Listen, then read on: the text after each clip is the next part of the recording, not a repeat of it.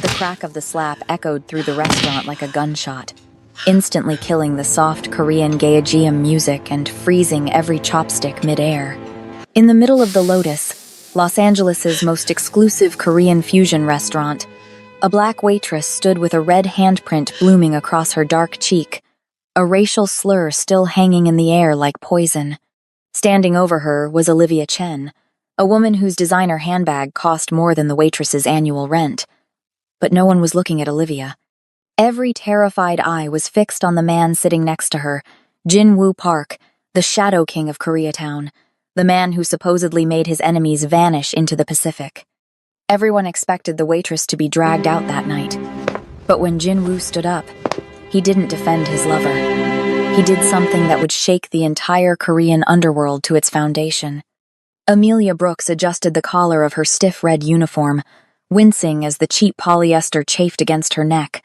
It was 8:15 p.m., at the Lotus, and her feet were already screaming in her worn black non-slip shoes.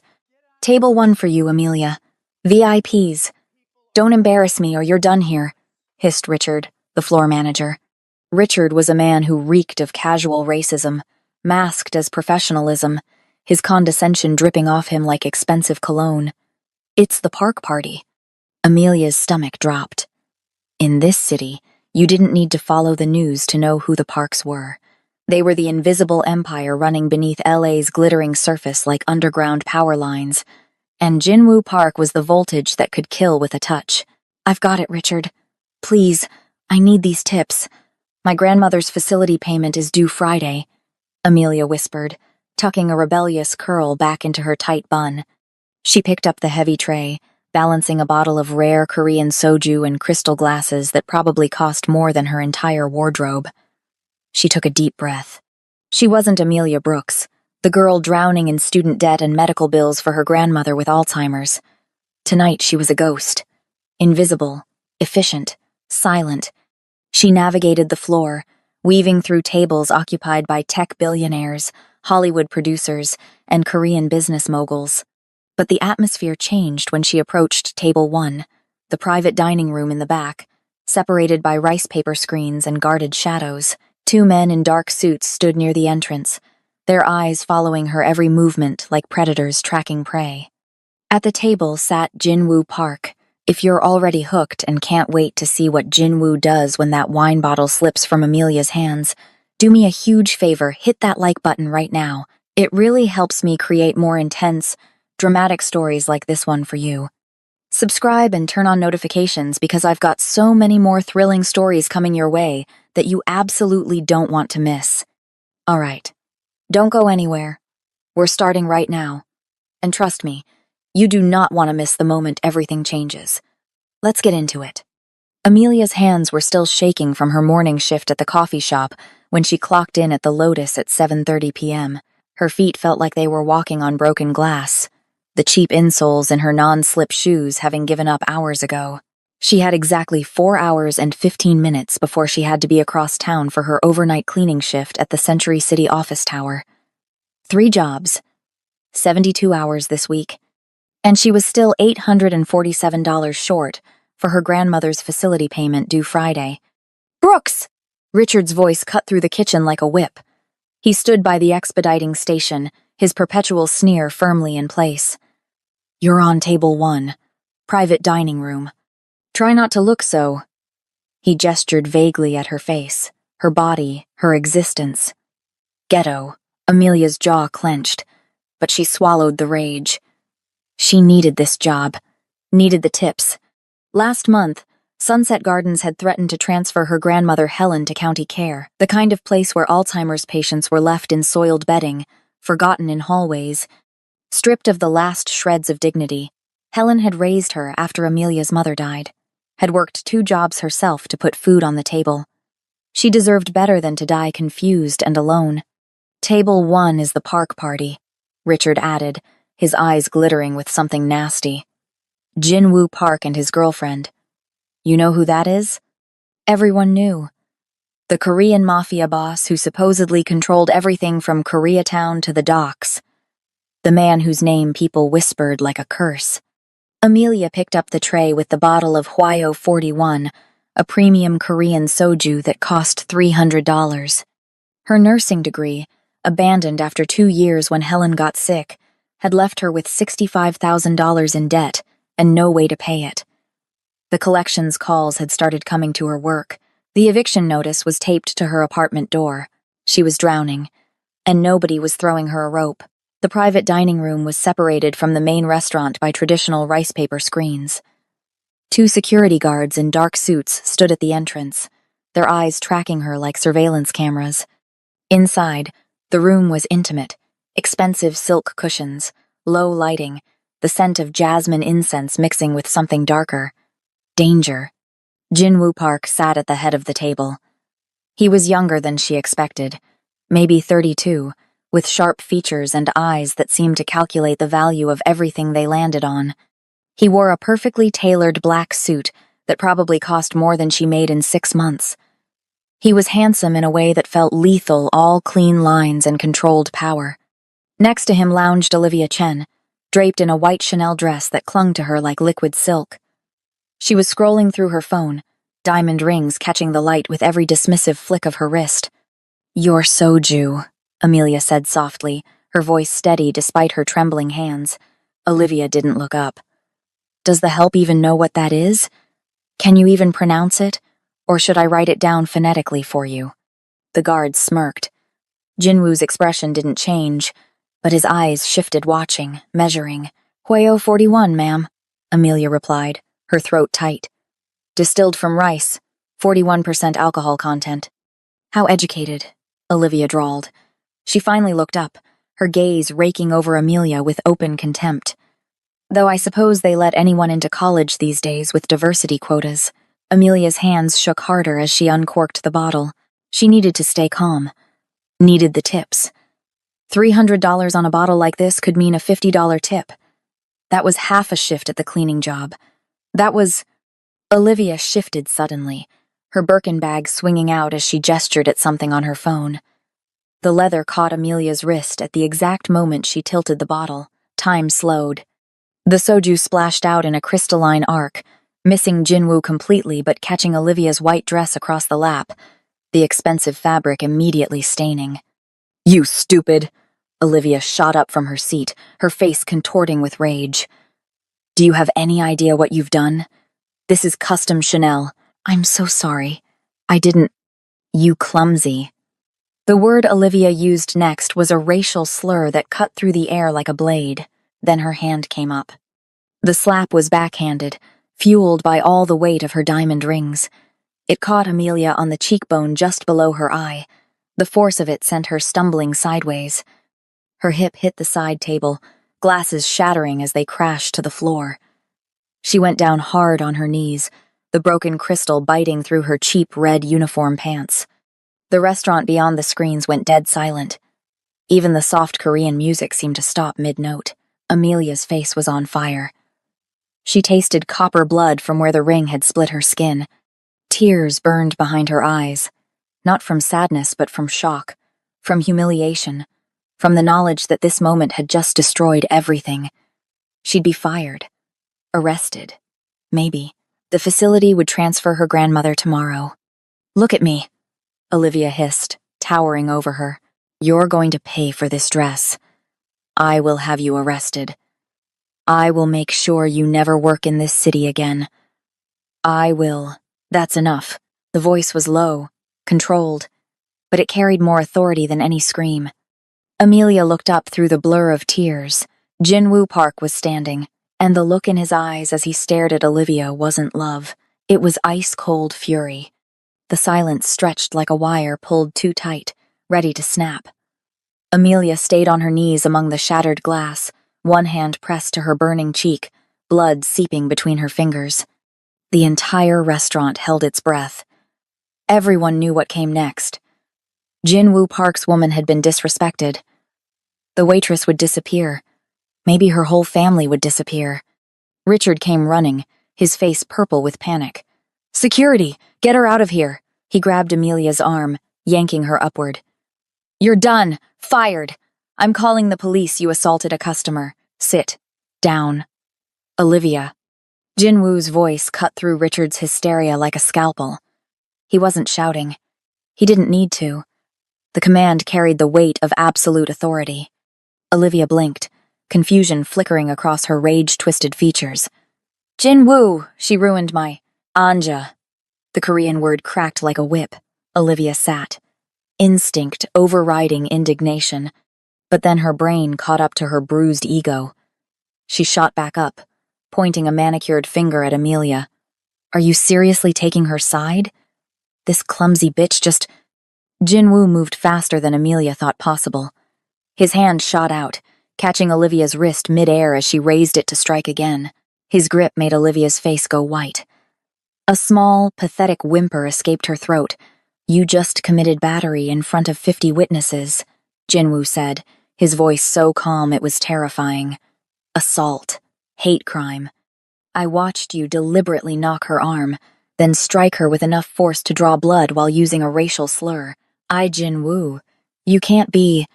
He released her wrist with a flick, like discarding something contaminated. Olivia stumbled backward, cradling her arm. Jinwoo turned away from her completely, turned to Amelia. He extended his hand.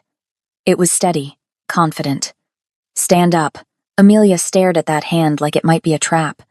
If she touched him, would she disappear? Was this some sick game before the real punishment began? But the look in his eyes wasn't cruel. It was searching, intense.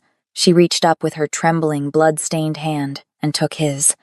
He pulled her to her feet effortlessly. She was light, too thin, he noted it immediately. Up close, she smelled like vanilla soap and exhaustion and fear. Look at me, he commanded softly. Amelia forced herself to meet his gaze. His eyes were dark, almost black in the dim light, and they tracked across her face with clinical precision. He reached out, his thumb gently tilting her chin upward to examine the cut. The touch sent an electric shock through her nervous system. You're bleeding, he stated. I'm fine, Amelia whispered, her voice cracking. I just need to clean up. Leave the glass. Jinwoo pulled a pristine white silk handkerchief from his breast pocket and pressed it carefully against her cheekbone. Hold this. Richard was making strangled sounds behind them. Mr. Park, I apologize for this employee's incompetence. She'll be terminated immediately and will comp your entire... Jinwoo turned his head slowly toward Richard. The temperature in the room dropped 10 degrees. Did you see her assault anyone, Richard? Jinwoo's use of the manager's name was somehow more threatening than any curse. The dress, the spill. I saw a woman deliberately cause a spill. Then I saw another woman commit a hate crime. Jinwoo took one step toward Richard. Just one. Richard backed up 3. If this employee is not here tomorrow night, I will buy this restaurant. Then I will buy the building. Then I will burn both to the ground and build a parking lot on top of the ashes. Do we understand each other? Richard nodded so hard Amelia thought his head might fall off. Jinwoo turned back to Olivia, who stood frozen, mascara starting to run. We're done, Olivia. Your display tonight has embarrassed me for the last time. Your racism, your violence, your complete lack of control. You can't be serious, Olivia laughed, the sound bordering on hysterical. Over some waitress? Jinwoo, my father. Your father, Jinwoo interrupted, will receive a call from me in the morning explaining exactly why his daughter is no longer welcome in my life or my business. He snapped his fingers. The 2 security guards moved instantly. Escort Miss Chen out. Through the kitchen. Service entrance. Like trash? Olivia shrieked. You're throwing me out like trash? Yes, Jinwoo said simply. As the guards took Olivia's arms, her screaming protests fading toward the kitchen, Jinwoo returned his full attention to Amelia. Get your coat, he said. You need a doctor for that cut. I can't go with you, Amelia stammered, survival instincts finally kicking through the shock. I don't know you. Everyone knows me, Miss Brooks, Jinwoo said quietly. Amelia's blood turned to ice. He knew her name. Her last name. A name she'd never spoken in his presence. But you're right, he continued, something dangerous flickering behind his eyes. You don't know me. which is why we need to talk, privately, about your grandmother, Helen, about Sunset Gardens memory care, about the $65,000 in defaulted student loans. The handkerchief slipped from Amelia's numb fingers. He knew everything, and that smile, small, sharp, calculating, told her this wasn't a rescue. It was a transaction. And she was the merchandise. The Maybach was a fortress on wheels, midnight black, with windows so dark the Los Angeles night looked like deep space beyond them. The leather interior smelled like money and something else. Danger. Amelia pressed herself against the far door, the silk handkerchief clutched to her bleeding cheek, her mind spinning in panicked circles. This was insane. She'd gotten into a car with the most dangerous man in Los Angeles, a man who somehow knew her name, her full name. The partition between them and the driver was up. They were alone in this rolling tomb of luxury. The silence pressed down like a physical weight until Jinwoo finally spoke. "Helen Brooks," he said casually, adjusting his cufflinks. 72 years old, currently residing at Sunset Gardens Memory Care. Stage 4, Alzheimer's, declining rapidly. Amelia's heart stopped. Actually stopped. Then restarted with a violent hammer against her ribs. "How?" Her voice came out strangled. "I never said." "Amelia Michelle Brooks," Jinwoo continued, his tone conversational, clinical. 26 years old. 3 jobs, coffee shop, the Lotus, and overnight cleaning at Century City Plaza. 2 years of nursing school at UCLA before withdrawal due to family emergency. Currently carrying $65,343 in defaulted student loans. Each fact was a blow. Each word stripped away another layer of her privacy, her dignity, leaving her naked and exposed. "You received an eviction notice 8 days ago," he went on, "taped to your door in that lovely apartment complex in South LA where the elevator hasn't worked in 3 months. You're 2 months behind on rent, $2,400. But that's not your real problem, is it?" Amelia's hands were shaking so hard the handkerchief fell to her lap. "Stop! Just how do you know these things?" "Your real problem," Jinwoo said, finally turning to look at her fully, "is that Sunset Gardens threatened to transfer Helen to county care if you miss next Friday's payment. And county care for Alzheimer's patients is just a polite term for warehousing people until they die." Tears burned hot tracks down Amelia's face, stinging the cut on her cheek. "You're a monster. I make it my business to know everyone who handles my food," Jinwoo said simply. "Especially those who radiate the kind of quiet desperation that makes people unpredictable. Desperate people do desperate things. You've been spying on me, observing, for 6 weeks. He shifted in his seat, his focus absolute. "You've lost 8 pounds in that time. You check your phone every 4 minutes during breaks, calling the facility, I assume, checking on Helen. You flinch when customers are rude, but you never talk back, never defend yourself. You've been taught to make yourself small, invisible." "Stop." The word came out as a sob. "You're intelligent, capable. You could have been a nurse, could have had a career, a life. Instead, you're being crushed by a system designed to destroy people who don't have money or connections." His eyes darkened. "I despise waste, Miss Brooks, and you are being utterly wasted." The car slowed, turning into an underground garage lit by harsh fluorescent lights. They weren't at a hospital. This was something private. "Where are we?" "Beverly Hills Medical Pavilion," Jinwoo said as his door opened. A driver, not the security guards from the restaurant, someone new stood at attention. "The best plastic surgeon in California. That cut needs proper treatment. I can't afford." "I'm not asking you to pay." Jinwoo stepped out, then turned back, offering his hand again. "Consider it an investment." "In what?" Amelia asked, fear making her voice sharp. "In my future wife." The words hung in the air like a grenade with the pin pulled. Amelia stared at him, certain she'd misheard, certain the blow to her head had scrambled her brain. "I'm sorry, what?" "Come inside, Miss Brooks," Jinwoo said, his expression unreadable. "Let the doctor fix your face. Then we'll discuss the terms of your employment." "Employment? Contract marriage. 18 months. In exchange, I pay off every cent of your debt. Move Helen to the finest memory care facility in California with round-the-clock specialized care and pay you $10,000 per month. He paused. Or you can go back to that apartment, lose your grandmother to county care by Friday, and spend the next 20 years drowning in debt while working yourself into an early grave. Amelia's mouth opened, closed. No words came out. Clock's ticking, Miss Brooks, Jinwoo said softly.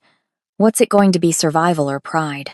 And in that moment, staring at the devil's extended hand, Amelia realized she'd already lost, because she knew exactly which one she'd choose.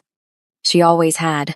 The doctor at Beverly Hills Medical Pavilion treated Amelia's cut like she was porcelain-numbing gel, sterile adhesive strips that would heal without scarring. Antibiotic cream in a silver tube that probably cost more than her monthly groceries. Jinwoo watched from across the pristine examination room, silent, his presence a constant weight. Now the Maybach rolled through streets the doctor had probably never seen. Broken streetlights, boarded windows, gang tags layering every surface like archaeological strata of urban decay.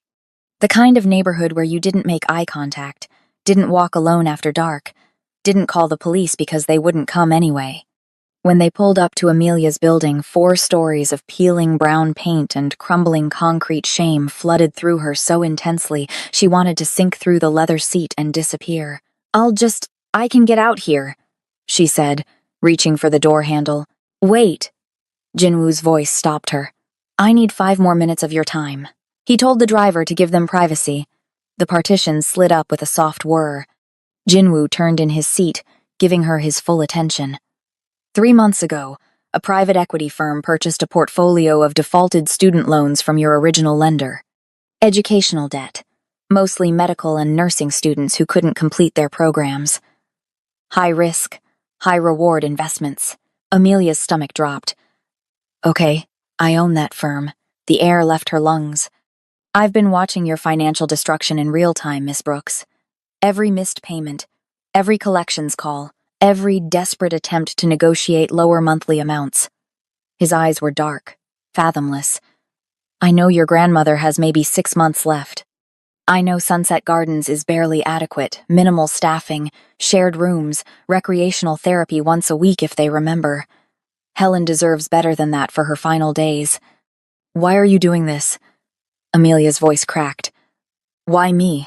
What do you want? I need a wife. There it was again. That impossible statement. Not a mistress, Jinwoo continued. Not a girlfriend. A legal wife. For 18 months, he explained it like a business transaction. Because that's what it was. He had a $500 million waterfront hotel and casino development deal with a consortium of traditional Korean investors, old money, conservative values, family-oriented. The Crown Pacific project would transform downtown LA's skyline and legitimize Jinwoo's empire in the eyes of the city. But they'd rejected 3 previous proposals because of Jinwoo's bachelor lifestyle. His relationship with Olivia, volatile, public, messy, had been the final straw. They want respectability, Jinwoo said. Family values, a stable marriage. I need to give them that image. So hire an actress. A model. Someone Korean? Jinwoo's smile was sharp, humorless.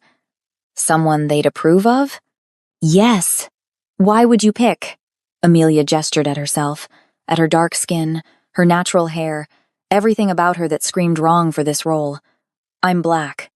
Your investors are traditional Koreans. They probably have very specific ideas about who you should marry. Exactly. Jinwoo leaned forward. That's precisely why you're perfect. I bow to no one's prejudices, Miss Brooks. Your presence at my side will force them to confront their biases while accepting the deal anyway, because my money is too good to refuse. It's a statement of power. My power. I'm a statement? Rage cut through the fear. A prop for your ego? You're a solution, he corrected. For both of us. I pay off every cent of your debt, gone, erased. I move Helen to Hillcrest Manor, the finest memory care facility in California. Private suite, 24/7 specialized nursing, music therapy, garden access, whatever she needs. And I pay you $10,000 per month for 18 months. When it's over, You walk away with $180,000 in the bank and no debt. You'll finally have the freedom you've been killing yourself to find. Amelia's mind reeled. It was too much. Too impossible. Why 18 months? That's how long the development project will take. Once construction begins, and the first phase is complete, the marriage becomes irrelevant. He reached into his jacket and pulled out a black business card. Matte finish. A single phone number embossed in silver. A car will arrive at 8 a.m. tomorrow, Jinwoo said. If you get in, we have a deal. If you don't, you never hear from me again. And if I say no, then you go back to drowning. Helen goes to county care by Friday. And in 20 years, you'll still be working 3 jobs, still buried in debt, wondering if you should have taken the devil's bargain when you had the chance. He opened his door. The driver appeared instantly, opening Amelia's side. She stumbled out onto the cracked sidewalk, the business card burning in her palm like a live coal. Jinwoo's window slid down. One more thing, Miss Brooks. I always collect on my investments. If you take this deal, you're mine for 18 months. Completely. No exceptions. Consider that carefully. The Maybach pulled away, taillights disappearing into the night. Amelia climbed the 3 flights of stairs the elevator had been broken for 4 months and unlocked the door to apartment 3B. Her grandmother sat in the worn armchair, awake but lost, staring at a photo album she couldn't remember. Sarah? Helen looked up, her eyes bright but empty. Sarah, baby. Is that you? Sarah, Amelia's mother. Dead for 12 years. It's me, Grandma, Amelia whispered, kneeling beside her. It's Amelia. Amelia? Helen frowned, confused. I don't. Do I know you? And just like that, the decision made itself. At 2 a.m., Amelia sat on the floor of her cramped kitchen, surrounded by unopened bills, red envelopes, final notices, the eviction warning, a collections letter threatening legal action. She'd done the math 3 times, checking her calculator like it might suddenly produce different numbers. 11 days. That's all she had before they were both on the street. In the next room, her grandmother slept fitfully, having asked Amelia 4 times in the past hour who she was, each time more frightened than the last. Amelia pulled out the black business card. The embossed numbers seemed to glow in the dim light. Her hands were shaking when she dialed. Jinwoo answered on the first ring. Miss Brooks. He'd been waiting. Expecting this. I'll do it, she whispered into the darkness. Good. Be ready at 8 o'clock. Pack light, everything you need will be provided. My grandmother, already arranged. Medical transport will collect Helen at 6 a.m. She'll be settled in her new suite at Hillcrest Manor by the time you arrive at my office. He'd planned everything. Anticipated her surrender before she'd even made the call. The line went dead. At 8 a.m. Sharp, a black SUV pulled up. The driver was a mountain of a man with a scar bisecting his left eyebrow. Min-ho, he grunted, taking her single battered suitcase. He spoke no other words during the entire drive. Amelia had watched the medical transport take her grandmother away at dawn. Helen had been confused, agitated, calling for her dead daughter. The nurse, professional, kind, nothing like the overworked staff at Sunset Gardens, had administered a mild sedative and promised Amelia could visit this afternoon. This afternoon, when she'd be someone else entirely. The park tower dominated downtown LA's skyline, a blade of black glass cutting into the sky. Min-ho escorted her to a private elevator that required a retinal scan. The ascent was so fast her ears popped.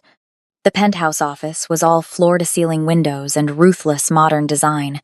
Jinwoo stood behind a desk that looked carved from obsidian, wearing a charcoal suit that probably cost more than her car had before it got repossessed last month. Sit. He gestured to a leather chair across from him. On the desk sat a document easily 200 pages thick, bound in black leather. English on the left pages, Korean on the right. The contract, Jinwoo said. Read it carefully, Amelia read. Each clause was a chain link, binding her tighter. Party B, Amelia Brooks, will cohabitate with Party A, Jinwoo Park, at his primary residence for the duration of the agreement, Party B will appear as Party A's devoted spouse at all business functions, social events, and public appearances as required. Party B will maintain absolute fidelity. Any romantic or sexual contact with third parties constitutes breach of contract. Party B will submit to comprehensive image transformation, including but not limited to wardrobe selection, styling consultation, etiquette training, and language instruction. Party B will sign an ironclad non-disclosure agreement. Breach will result in immediate termination of all financial benefits and legal action seeking damages of no less than $5 million. $5 million? Amelia looked up, her voice hollow.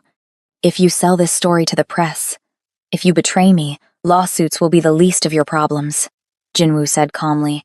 I need insurance that you understand the stakes. You own me. For 18 months.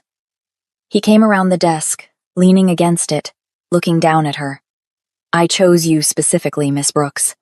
Not in spite of your desperation, but because of it. Your fear is real. Your pride is real. You won't fake devotion convincingly, and that's perfect. These Korean investors will see exactly what I want them to see: a woman tamed by my power. Proof I can control anything, even something as unpredictable as love. He opened a lacquered box on his desk. Inside, nestled in black velvet, sat a ring that made Amelia's breath catch. A massive diamond in a platinum setting, surrounded by smaller stones in a distinctly Korean design pattern. This is worth more than you'd make in 5 years at the Lotus, Jinwoo said, taking her left hand. His touch was warm, firm. He slid the ring onto her finger slowly, deliberately. It fit perfectly. Of course it did. He'd planned everything. His thumb brushed across her knuckles, lingering just a moment too long. Rule 1, he said, not releasing her hand. We are never separated in public. Where I go, you go. Rule 2. You never contradict me in front of my associates. Never question me. Never undermine me. Rule 3. He pulled her to her feet, closing the distance between them until she could feel the heat radiating from his body. You are now the wife of the most dangerous man in Los Angeles. That makes you a target. For my enemies, for people who want to hurt me, you will have security at all times. You will follow protocols, because one wrong step doesn't just end this contract, Miss Brooks. His eyes were obsidian, merciless. It ends your life. Before Amelia could process that threat, Jinwoo's office door burst open. A man rushed in, young, panicked, his shirt stained with something dark and wet. Blood. Youngnim! The Korean word for older brother came out strangled. The shipment the Yakuza hid it. They knew exactly where. He noticed Amelia. Faltered. We have a problem. A big one. Jinwoo's expression didn't change, but something deadly flashed in his eyes. Get her to the compound, he told Minho, who'd appeared in the doorway. Full security protocols. Now, what's happening? Amelia asked, fear spiking. Jinwoo turned to her, and for the first time, she saw something raw beneath the control. Fury. Violence barely leashed. Welcome to the family, Mrs. Park, he said softly. The war just started. Minho drove like he was being chased by death itself. The armored SUV tore through downtown LA, weaving through traffic with aggressive precision, running lights that had just turned red. Amelia gripped the door handle, her new ring cutting into her palm. What's happening? She demanded. Why are we— Quiet, Minho grunted. His eyes never stopped moving. Rear-view mirror, side mirrors, the streets ahead, scanning for threats. They hit the freeway, accelerating to speeds that made Amelia's stomach drop. Behind them, a second black SUV appeared, keeping pace, more security. Her phone buzzed. A text from an unknown number. Helen settled in Suite 3A, resting comfortably. You can visit tomorrow. JW. Jinwoo had already made good on part of the deal. Her grandmother was safe, which meant Amelia was locked in now. No escape. They exited into the Hollywood Hills, climbing higher into an area where mansions hid behind walls that looked designed to repel armies. The houses grew larger, more isolated, the roads narrower, more winding. Finally, They reached gates that looked like they belonged to a military installation, 20 feet of wrought iron topped with cameras and what Amelia was pretty sure were motion sensors. Minho didn't slow down. The gates swung open before they arrived, clearly expecting them. Armed guards flanked the entrance. Not security guards, soldiers. Men with assault rifles and earpieces and expressions that said they'd killed before and wouldn't hesitate to do it again. They bowed slightly as the SUV passed. The driveway wound through manicured grounds, Japanese maples, sculpted rocks, a koi pond that probably cost more than most houses. Then, the mansion came into view. It was stunning and terrifying. Modern Korean architecture merged with California minimalism, all glass, steel, and dark wood, clean lines, sharp angles, floor-to-ceiling windows that revealed rooms lit like art galleries. It looked less like a home and more like a statement of power. The SUV stopped under a covered portico. Minho opened her door. Inside, quickly. An older Korean woman waited at the entrance. She was perhaps 60, dressed in a severe black dress with a white apron, her silver hair pulled into a tight bun. Her face was all hard angles and disapproval. "Mrs. Song," Minho said by way of introduction. Head of household. Mrs. Song looked Amelia up and down, her expression suggesting she'd found Amelia lacking. She spoke rapid Korean to Minho, who translated in his clipped, minimal way. "You stay master suite. No leave residential wing without approval. Security system armed always. Break rules. Alarms trigger. Lockdown protocol." "I'm a prisoner?" Amelia asked. "You are protected," Mrs. Song said in heavily accented English, her first words directly to Amelia. "Big difference." Mrs. Song turned and walked into the house. Amelia had no choice but to follow. The interior was breathtaking, soaring ceilings, art that belonged in museums, furniture that looked like it cost more per piece than her entire apartment building. Everything was immaculate, minimal, expensive.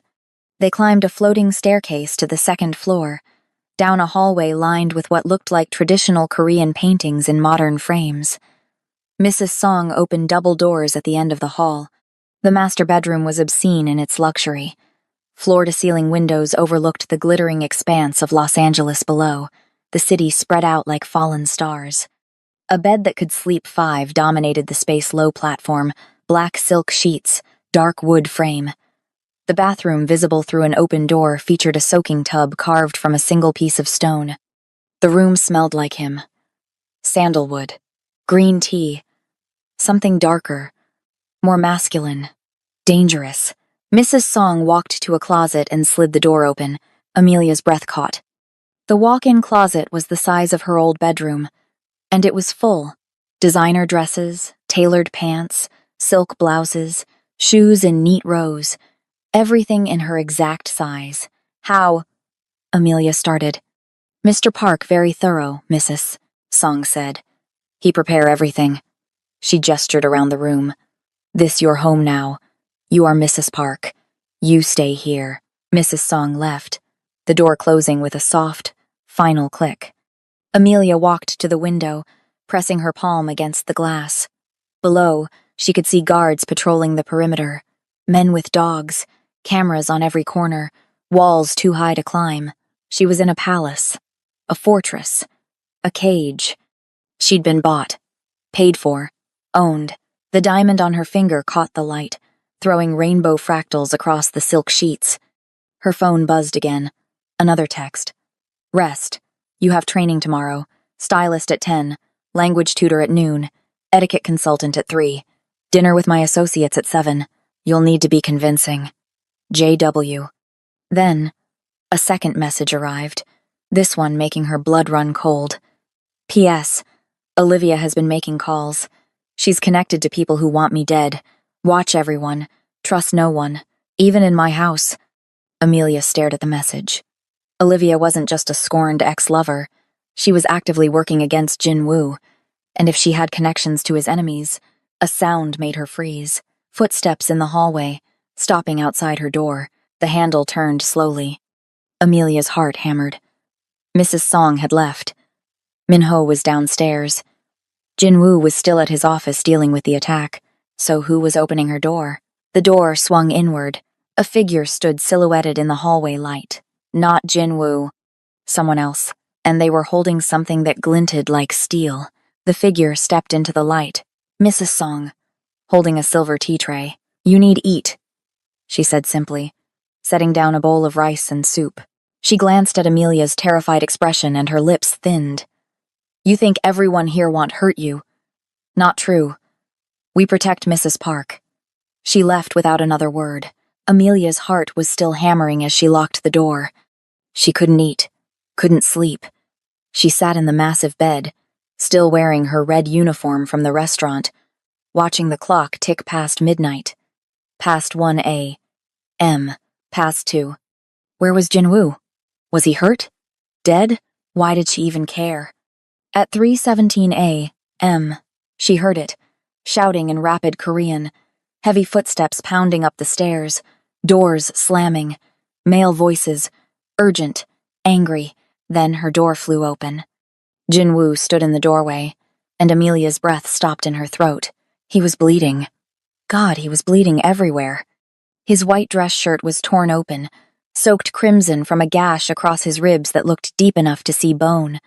His knuckles were split and swollen, bruised purple-black. One eye was swelling shut, blood crusted at his temple. A knife slash on his forearm still seeped, painting his skin red. He looked like he'd walked through a war zone. The composed, controlled man from this morning was gone. This was raw violence barely contained in a human shape. He saw her and stopped. Something flickered across his battered face, surprise maybe, that she was still awake, still here. "You're bleeding," Amelia heard herself say stupidly. Jinwoo moved toward the bathroom, his gait unsteady. "I'm aware," he swayed. Actually swayed. Amelia's training kicked in before her fear could stop her. 2 years of caring for her grandmother, of handling medical emergencies at 3 a.m., of being the only thing standing between life and death. "Sit down," she ordered, her voice sharp with the authority of someone who dealt with stubborn patience. "Now." Jinwoo turned, looking at her with his one good eye. Something like amusement cut through the pain. Then he sat on the edge of the bed. Amelia rushed to the bathroom. Of course, there was a first aid kit, industrial-sized, fully stocked. This clearly wasn't his first time coming home bleeding. She returned, opening the kit with shaking hands. "Take off your shirt." He obeyed, wincing as the fabric pulled away from the wound. His torso was a canvas of old scars, knife wounds, bullet grazes, stories written in scar tissue. The new gash across his ribs was ugly, deep, definitely needed stitches. But she could at least keep him from bleeding out. Amelia cleaned the wound with antiseptic, her touch as gentle as possible. Jinwoo didn't make a sound. His breathing was controlled, steady, despite what had to be agonizing pain. "Why are you helping me?" he asked quietly, watching her work. "I don't know," Amelia admitted, reaching for the gauze. "Maybe it's muscle memory. 2 years of caring for my grandmother. I can't watch someone bleed without doing something about it, even if that someone owns you. Especially then. Can't collect on your investment if you bleed to death on these expensive sheets." A short, sharp laugh escaped him, genuine surprise. She worked in silence, cleaning each wound, bandaging his knuckles, the gash on his arm. When she reached the wound on his ribs, she had to lean close, wrapping the bandage around his torso. Her fingers brushed his skin warm, solid, alive. The air between them changed. The proximity, the intimacy of the act, his vulnerability laid bare. Her hands on his body, gentle despite everything he'd done to her, everything he represented. When she tied off the bandage, Jinwoo caught her wrist, not roughly, but firmly. He pulled her closer until she was standing between his knees, his face level with hers. One hand still held her wrist. The other came up to cup her jaw, his thumb brushing across her cheekbone where Olivia's slap had landed hours a lifetime ago. "You're full of surprises, Amelia Brooks," he murmured. The use of her first name sent electricity down her spine. "What happened tonight?" she whispered. "The Yakuza hit our shipment in Long Beach. They knew exactly when and where." His grip on her wrist tightened fractionally. "Someone told them. Someone in my inner circle. A traitor. Yes. His eyes, both of them now, the swollen one forcing itself open, burned into hers. Which means I can't trust anyone in this house. Not my captains. Not my advisors. Not even some of my staff. Then why? The only person I know isn't compromised is you, Jinwoo said, pulling her infinitesimally closer. You have no connection to this world, no history, no loyalties except to your grandmother. His thumb traced her bottom lip. And I own that loyalty completely. Before Amelia could respond, before she could process the dangerous heat building between them, a sound made them both freeze. Footsteps, in the hallway, stopping outside the door. Jinwoo moved faster than someone that injured should be able to move. His hand shot under the pillow. Emerging with a gun, he put a finger to his lips. Silence. The doorknob turned slowly. Someone was trying to get in, and Jinwoo's expression said he knew exactly who it was. The doorknob stopped turning. The footsteps retreated. Jinwoo lowered the gun but didn't put it away. That was Min-ho, checking perimeter. How do you know? His walk. Heavy on the left foot, old injury. Jinwoo set the gun on the nightstand, within easy reach.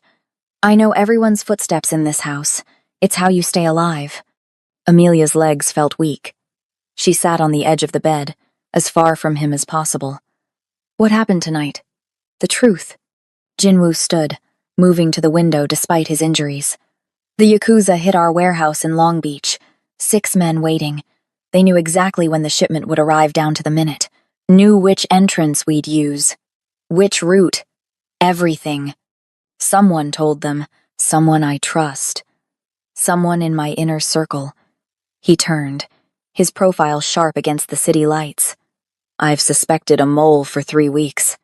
Small things information leaking, deals falling through at the last second. But tonight confirmed it. The attack was surgical. Precise. How many died? 2 of my men. I killed 4 of theirs. He said it like reporting the weather. Clinical. Detached. The other 2 ran. Amelia's stomach turned. She was sharing a room with a man who'd killed 4 people tonight and felt nothing. And now, Jinwoo continued, you're in danger too. What? You're my wife. In the eyes of my organization, you're mine, which makes you a target. He moved toward her, each step deliberate despite his pain. The Yakuza will come for you to hurt me. The mole will try to use you, pump you for information, use you as leverage. I don't know anything. Exactly. Which is why you're the only person in this compound I can trust. He sat beside her on the bed, close enough that she could feel his heat. You have no connections to this world, no history, no loyalties except to Helen. His hand caught her chin, forcing her to look at him, and I own that loyalty completely. Amelia jerked away. So what now? You lock me in this room forever? No. Jinwoo stood, wincing, and began unbuttoning what remained of his ruined shirt. You stay with me, where I can see you. Amelia averted her eyes as he stripped off the bloody fabric. I'm not sleeping in here with you. Yes, you are. His voice was flat, brooking no argument. Get in the bed, Amelia. No. He turned, and the look in his eyes made her blood freeze. If someone comes through that door tonight to finish what they started, I need you where I can protect you. You're not just my contract wife. You're my witness, my proof I wasn't alone tonight, my alibi if anyone asks questions. The implications hit her like a slap. You're using me. I'm keeping you alive, he corrected. But yes, you're also bait. If the mole makes a move against you, I'll know who to eliminate. Horror crawled up Amelia's spine. You're dangling me in front of a traitor? This is the world you agreed to enter. Jinwoo pulled his gun from his waistband and set it on the nightstand. Sentiment has no place in survival. Now get in the bed. And if I refuse, then you sleep on the floor. But you're not leaving this room. He pulled back the black silk sheets. Your choice. Amelia stared at him, this beautiful, broken, deadly man who'd bought her like property and was now using her as bait in a game that could get her killed. But Helen was safe. That's what mattered. She climbed into bed, staying as far to the edge as possible. The mattress dipped as Jinwoo got in on the other side, the gun within easy reach of his hand. Sleep, he commanded, his voice already fading. Tomorrow you meet the wolves. Amelia lay rigid, listening to his breathing slow and deepen. Despite everything, the injuries, the violence, the danger, he fell asleep in minutes. The sleep of a predator who feared nothing. She stared at the ceiling, her mind racing. Then she saw it, a shadow moving past the gap under the door. Too slow to be a patrol. Too deliberate. Someone was out there, listening, watching. The shadow stopped. Right outside the door. Amelia's heart hammered so loud she was sure Jinwoo would hear it. The shadow didn't move, just waited, watching the gap of light, knowing she was in there, knowing she was in Jinwoo's bed. And then, barely audible, a sound that made her blood run cold. A soft, satisfied laugh. The mole knew exactly where she was, and they were already planning their move. Amelia woke to an empty bed. Jinwoo's side was cold, the sheets undisturbed as if he'd never been there. But the dried blood on the pillow said otherwise. So did the gun missing from the nightstand. Sunlight poured through the floor-to-ceiling windows, making Los Angeles look deceptively peaceful below all glittering glass and palm trees, hiding its violence in plain sight. The door opened without a knock. Mrs. Song entered carrying a lacquered tray. Traditional Korean breakfast rice, miyeokguk seaweed soup, an array of banchan in tiny dishes. She set it on the bedside table with an expression that suggested Amelia had already disappointed her just by existing. "You have schedule today," Mrs. Song announced. "Stylist at 10. Language tutor at noon. Etiquette consultant at 3. Where's Jinwoo?" Mrs. Song's expression hardened. "Mr. Park at doctor. Getting stitches." She said it matter-of-factly, as if men coming home half-dead was routine. "Business. You call him Mr. Park now. Or Nampion husband." She made the word sound like a threat. "Tonight, dinner with associates. Important men. You must be perfect." Perfect. Right. Amelia hadn't been perfect a day in her life. "I need to call my grandmother. Your phone." Mrs. Song pointed to the nightstand. Amelia's beat-up Android was gone. In its place sat a new iPhone in a designer leather case. She picked it up, unlocking it with her face. All her contacts had been transferred. Photos. Everything. She dialed Hillcrest Manor. A robotic voice interrupted. "All communications on this device are secured and monitored." Amelia's blood turned cold. She hung up, tried texting instead. The same message appeared. "All communications are monitored and recorded." "You're tracking me?" Amelia looked at Mrs. Song, rage and helplessness warring in her chest. "Reading my messages." "You signed contract," Mrs. Song said coldly. "You are Mrs. Park. Everything you do reflects on him. We protect investment. Investment. Not person. Investment." The transformation began at 10 sharp. Jion the stylist arrived with racks of clothes, nothing like the cheap polyester red uniforms or clearance rack basics Amelia owned. Silk, cashmere, designer labels she'd only seen in magazines. Jion circled her like a predator assessing prey, making notes in Korean, holding fabrics up to Amelia's skin, critiquing her posture, her walk, everything. "You are too stiff," Jiyeon said, her English perfect but sharp. "Mrs. Park must look natural in expensive clothes, like you were born to wear them." But Amelia wasn't born to wear them, and every garment felt like a costume, like she was playing dress-up in someone else's life.